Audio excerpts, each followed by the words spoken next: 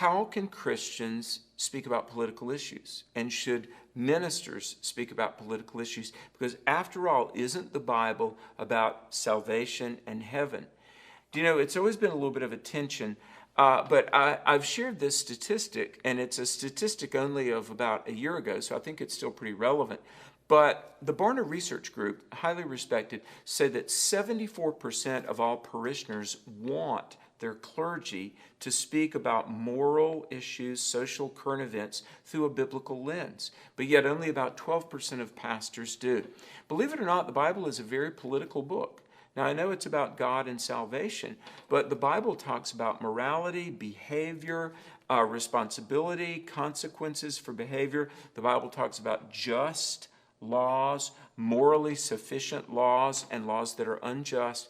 And so, frankly, I would argue that part of the social disorder and upheaval that we're seeing right now is because many ministers and clergy have not courageously from their pulpits talked about what saith the Lord.